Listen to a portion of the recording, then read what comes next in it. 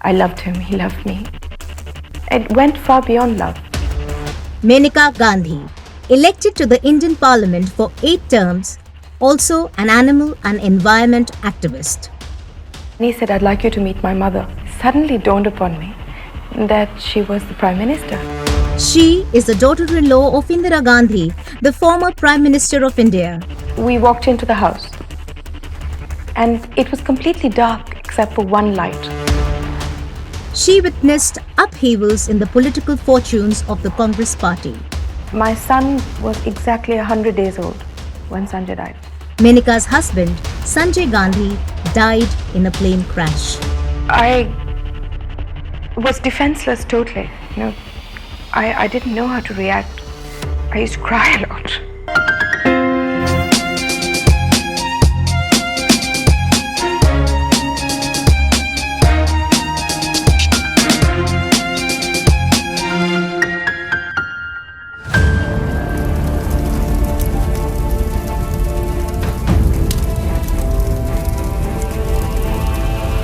(1973). Indira Gandhi was in her second term as India's Prime Minister. Her younger son, Sanjay Gandhi, an automotive engineer, aimed to produce India's indigenous car, Maruti, when he met Maneka Anand. I was 17 and we met at a wedding. And we met briefly, I think for about 5 minutes. And I was straight out of school, just into college. And I'd never been to Delhi before, so I really didn't know very many people. And at the end of the evening, my husband-to-be, or Sanjay, actually proposed. Smitten with Maneka, it was love at first sight for Sanjay. He didn't ask me directly. He asked an elder in my family. And the elder turned around and said, she's just 17, go away. And that was that. And then we met again at another function of the same wedding a few days later. And he sat down with me and spent a lot of time, or at least the time that we were there for the wedding. And we went out, I think twice or thrice, with the permission of my parents, and which was from 6 to 8 in the evening.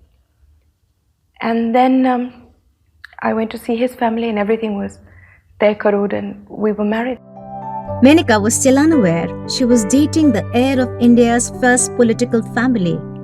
Well, I didn't know they were the first family. I was really very young. And when I went out with Sanjay twice or thrice, and then he said, I'd like you to meet my mother.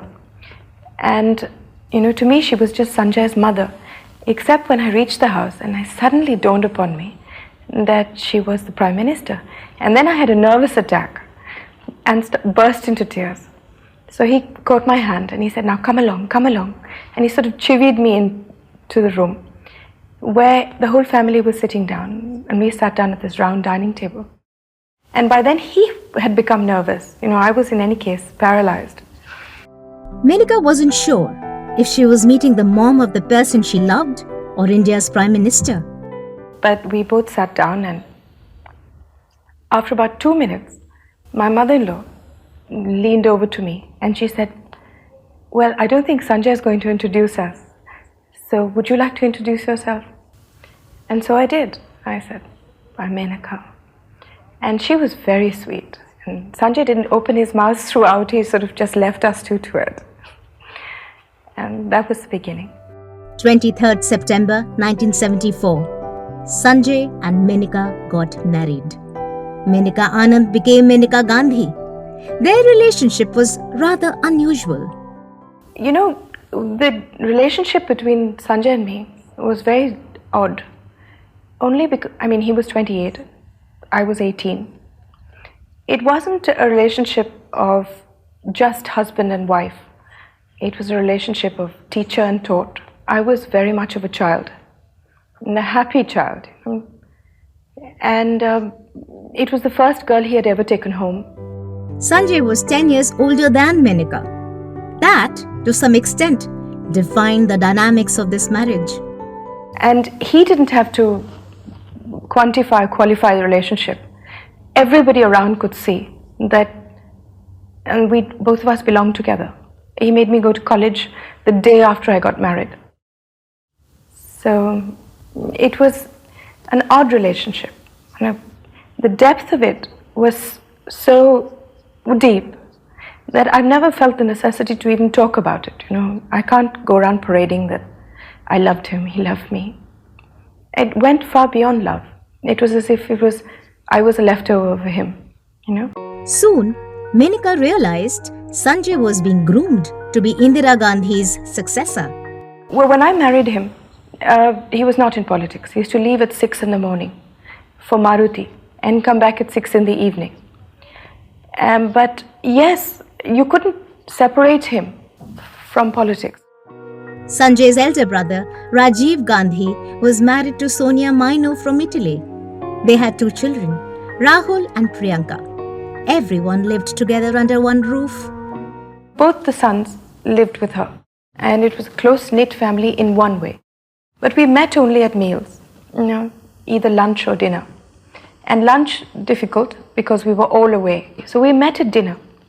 And dinner was always a sort of non-controversial, happy meal. But our lifestyles were completely different. You know, Sanjay and I were sort of no going out, a young couple, but very quiet. And we lived in a small little room. And the others went out all the time because they were far more social and perhaps knew a lot more people. So it was completely different human beings, completely different lifestyles, completely different aims for what we wanted. 25th June 1975, Prime Minister Indira Gandhi imposed an emergency across the country. It was based on the rationale that a national law and order breakdown had led to internal and external threats to the nation. During the emergency, Sanjay Gandhi gained prominence as a politician, advising his mother on all fronts. Delhi served as the epicenter of his urban renewal program, which led to the demolition of many houses, displacing thousands of people. He also spearheaded the compulsory sterilization program. If you look at the emergency, firstly, you put all the blame on this young man of 28, 29 years old, when there were so many people who mucked about. Secondly, if you say that he did things for his own power, you didn't have to have an emergency for him to establish power. To say that he took upon himself, the sterilization campaign, which was really the crux of what people's anger fell on. Here's somebody who's entering politics. Whether he enters it at the top or the bottom, he's entering politics. He's not stupid. He had a very, very high IQ level.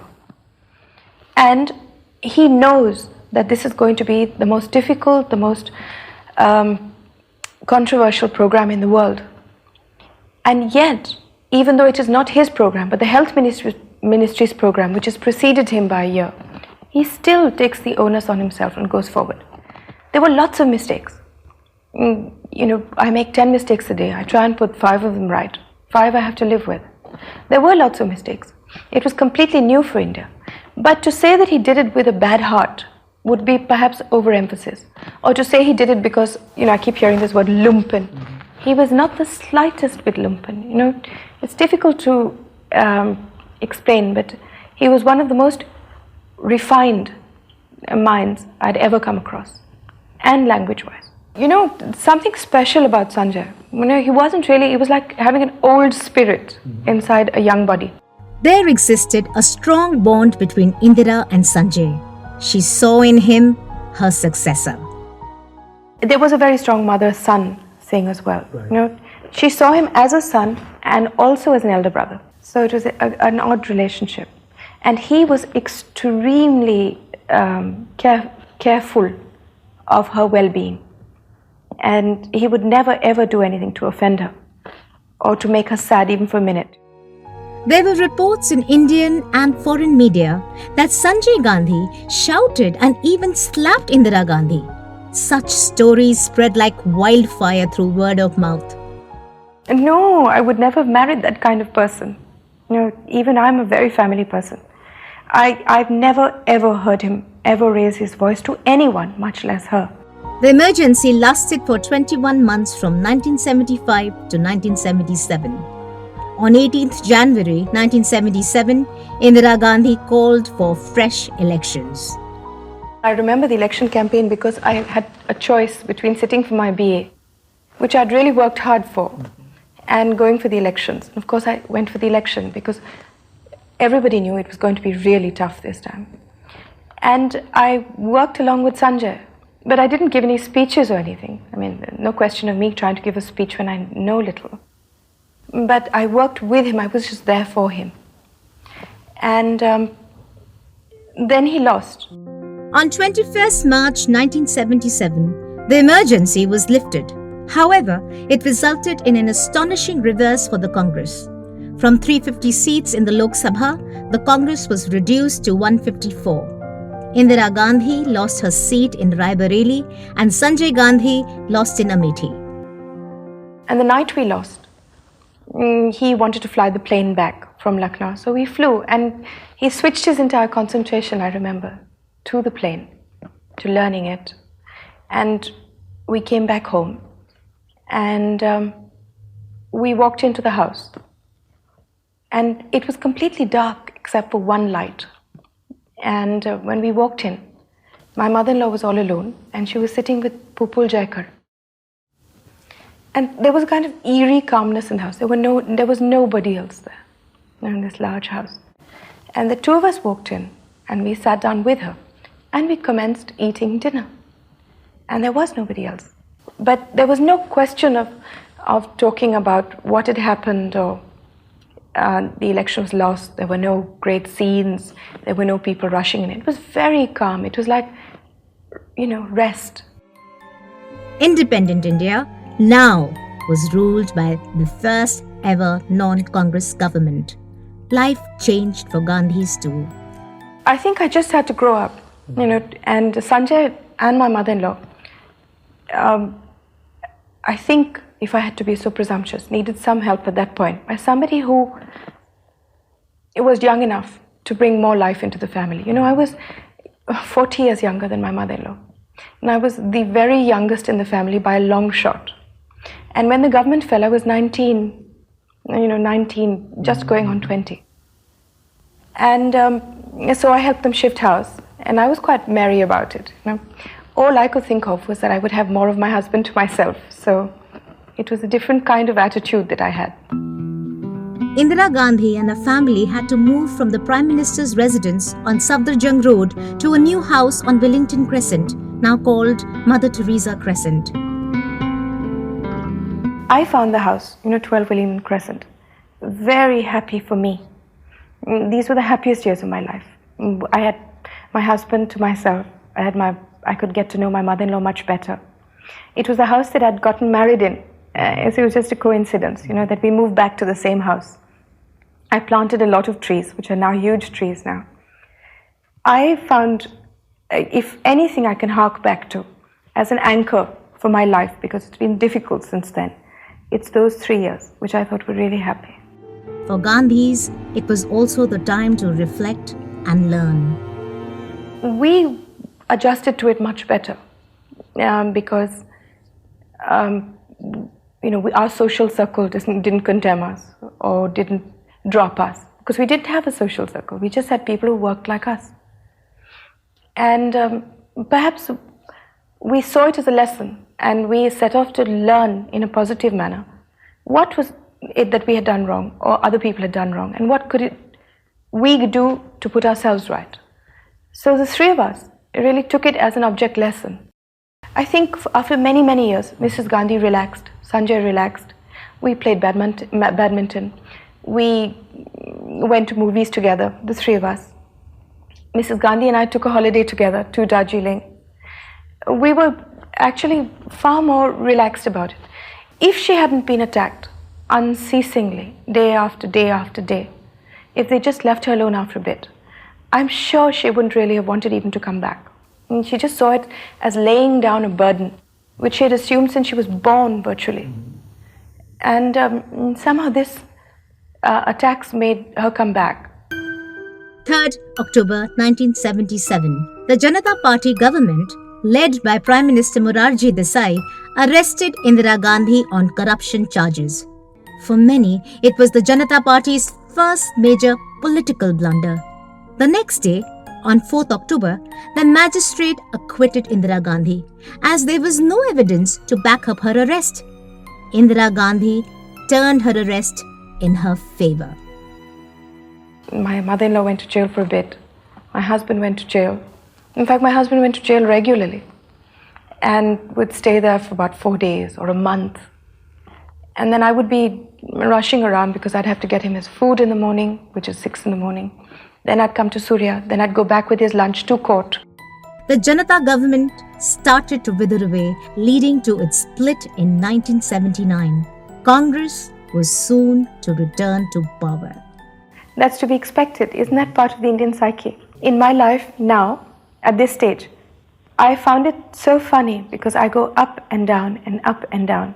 And each time, hordes of people either appear or disappear. So that perhaps that did happen at that time. But you know, the thing is that if you're a strong person, then it's not the number of people who appear or the number of people who disappear. It was actually the strength of these two people and one little dum who kept it going. Political instability and internal feuds between the Janata Party leaders led to its loss of majority in the parliament. President of India, Neelam Sanjeev Reddy, had to dissolve the parliament and call for fresh elections. I didn't go for it. No. I didn't go for the second election campaign because I was expecting my son. Mm-hmm. So I stayed behind. I was asked to handle things in the house. So I was distributing posters. The Janata Party lost the elections badly, winning just 31 seats. The Congress Party swept back into power with 353 seats. I know this will come as a surprise, but once we won the election, Sanjay didn't want to be in politics at all. Mm-hmm. He stood for election again just to prove a point. He did not want to lose his first and never win an election. But as soon as we won the election, we went to Himachal, mm-hmm. and he wanted to rent or buy a beautiful little cottage away from everywhere. And he wanted to spend the next couple of years there because he really was very sick. You can't go through that kind of beating and abuse without it showing somewhere, no matter how put together and how stoic you are. And he'd reached a point where he felt that now his mother had come back. Everybody had learned the lessons that they were supposed to learn. We would have been more stable, or we would have been more caring, perhaps, whatever we were supposed to be. So he felt his duty was over. So we looked at the house, and it really was a little dream cottage. And then we came back, and then we were not allowed to buy it. Indira Gandhi returned as the Prime Minister of India. The perception around Sanjay Gandhi, master strategist, who returned her to power and focused her politics. I think one over-exaggerates his role. Mm-hmm. I have no doubt that he had some say. But ultimately, Mrs. Gandhi did what Mrs. Gandhi was good at doing, which is administration and politics. And Sanjay, the moment he won his election, he had to go off and campaign for 1 whole month, mm-hmm. for Arun Nehru, who was fighting in a by-election. And so he went off there to Raebareli. And then when he came back, Parliament had begun. But I wouldn't let him go to Parliament because I was in the last stages of expecting a baby. So every day when he'd want to go to Parliament, I would say, I think I'm going to have it today. I think I'm going to have the baby today. So he would stay behind. 13th March 1980, Sanjay and Maneka Gandhi were blessed with a baby boy, Firoz Varun Gandhi. And finally, I did have the baby. And it was a very long delivery. And what I remember most about it, one of the nicest things that happened, was Sanjay was there from 8 in the morning. And he didn't sit for a minute. He rubbed my back down. He made me feel better. He held my hand till 10:02 at night. And then and he delivered the baby and fell into his arms. Mm-hmm. And when he came out, everybody was a bit frightened because he had blood on him. And he had the baby and he was so thrilled. And he'd been there, it had been the longest labor that I could think of. 14 hours. After Varun's arrival, life changed. I can't answer that question, only because I was so ill. And I was ill for 3 months after the baby. I had very high fever. I didn't think I was going to make it. I was just so terribly ill. And Sanjay was caught between being terribly busy in Parliament and looking after me. And I was still just on the mend when he died. My son was exactly 100 days old when Sanjay died. 22nd June 1980 was an unusual day for Maneka. There was something that made her uncomfortable. Sanjay used to fly a lot. And the previous evening, we had gone flying on a plane. I burst into tears and cried and cried and cried. So he sat down, he came down very fast. And he said, "What's wrong with you?" And I said, "You won't fly this plane again." And I went straight back. And I remember my mother-in-law and Mr. Dhawan were there that time. And I said, "I want you to forbid Sanjay to fly this plane." And I got completely agonized about it, this particular plane. And I said, "I've never asked you anything in my life. But now I want you to put your foot down and tell Sanjay he can't fly this plane." And my mother-in-law said, "Look, if Maneka's so upset about it, Sanjay, don't fly this plane." No, you... And Sanjay had agreed until Mr. Dhawan said, "Oh, come on, women..." I mean, he said it more respectfully, but the idea was that Maneka's a woman and she would get nervous. And I kept saying, "But I've never been nervous before and we've flown so many planes." But somehow then it turned into a joke. But I was upset the entire night I sat up. I've never been so upset in my life. And finally I went to sleep at about 3 after huge agitation, in my heart. And the next morning I was woken up at about 7:38 and the ayah said that you have to go to hospital. Go quickly. Maneka Gandhi rushed to All India Institute of Medical Sciences, a hospital in New Delhi. Her life was about to change forever. And I knew and yet didn't know. So I didn't change or anything, I sort of just rushed there. And I saw Sanjay's body being taken out of the ambulance. And it was as if somebody kicked me in the stomach, and I sort of keeled over and just said, "Ow!" And then I was told he was alive. And that was the worst period because when my mother-in-law came and said, "He's alive." And then she put me into a room and locked the door from outside in Willingdon Hospital. And I sat there and I kept saying, "God, please let him be alive. I'll go away. I'll do anything you want." And for 3 hours, I think it was the worst 3 hours of my life. Because, hope is so difficult. I can deal with the death. I can't deal with the hope. And then after 3 hours, he came and said he'd died.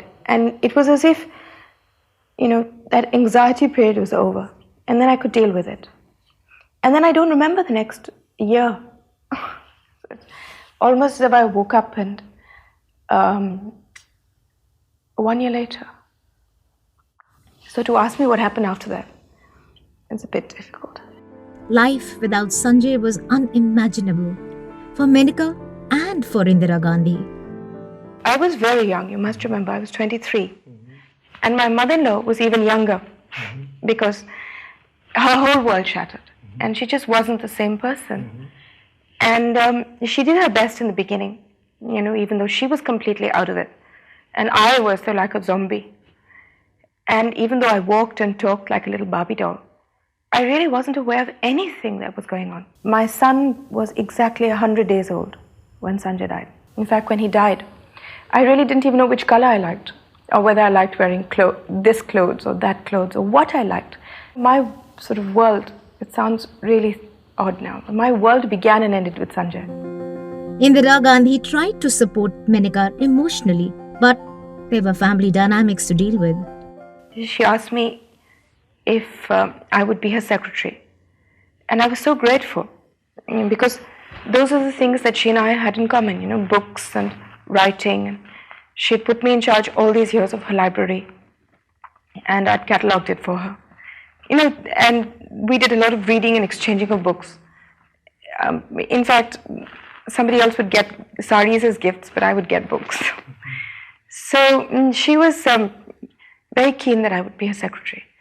And then other members of the family said, well, if you're going to make her your secretary, then we'll leave. So she wrote me a note apologizing and saying that perhaps not. And then I had nothing to do. I didn't know whether I could stay in the house. I didn't know whether to leave the house. I was like, I didn't know what to do with myself. I spent a lot of time with my son. In fact, I had him reading by the age of 1, and we put him into school at 13 months. So much was my intensity on him. And I don't remember what else I did. I read a lot. I think I must have slept a lot. Indira Gandhi and her grandson, Varun, drew closer. He was a lovely child.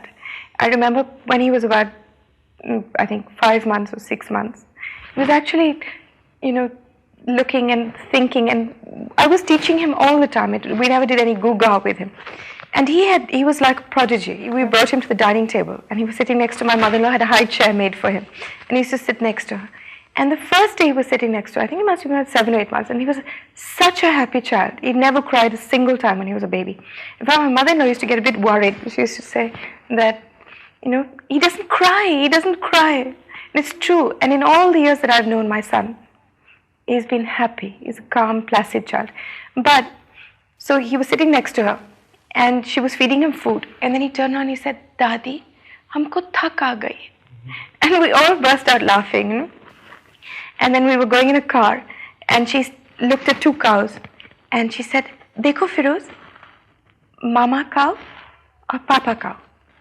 And then he looks at it and he said, and wo wala dadi cow or chachi cow or chacha cow? So they got on very well together.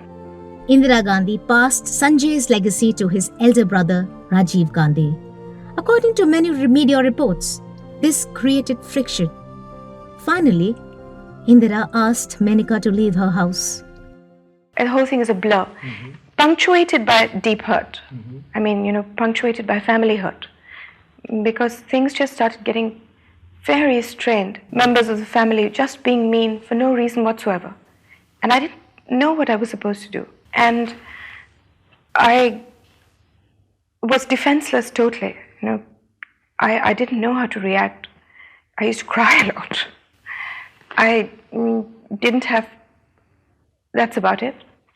And I couldn't put things right because I didn't know how to put them right, because I didn't know what I'd done to make them wrong. Maneka had to get her life together and raise her son Varun. It was just shock. I just spent 3 or 4 years just completely frightened and shocked. I also had to discover myself, because as a person, I was a pale shadow of my husband. And I just had to come and realize, what was it that Maneka wanted? What was it that was best for my son? What would I do with my life? So I started a small bookshop in a little hotel called Manor Hotel. And I used to work at that the whole day. I used to scrub and dust all the books and wait for customers and things. And then, immediately after Sanjay died, I took the money that he had from a trust fund that we'd been left by somebody we didn't know, just out of the blue, a huge sum of 8 lakh rupees. And I built an animal hospital and called it the Sanjay Gandhi Animal Welfare Center. So I used to either go to the bookshop or I used to go and get the hospital built. And I used to sit there with the labor and the contractor and the architect and see it coming up. And then so that was my life. Indira Gandhi continued to be fond of her grandson, Varun. He kept going because she would ring up and ask for him. And he kept meeting her until the family put their foot down. And then he wasn't allowed to go anymore. She died after a year.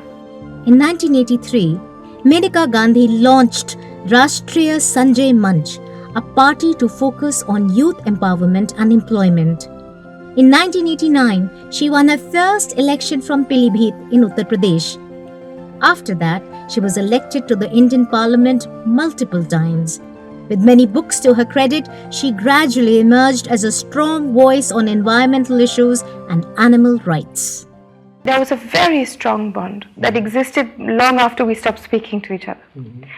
I think a lot of her relatives now who come and see me say that, if she had been alive, she would have been very proud of the way I turned out.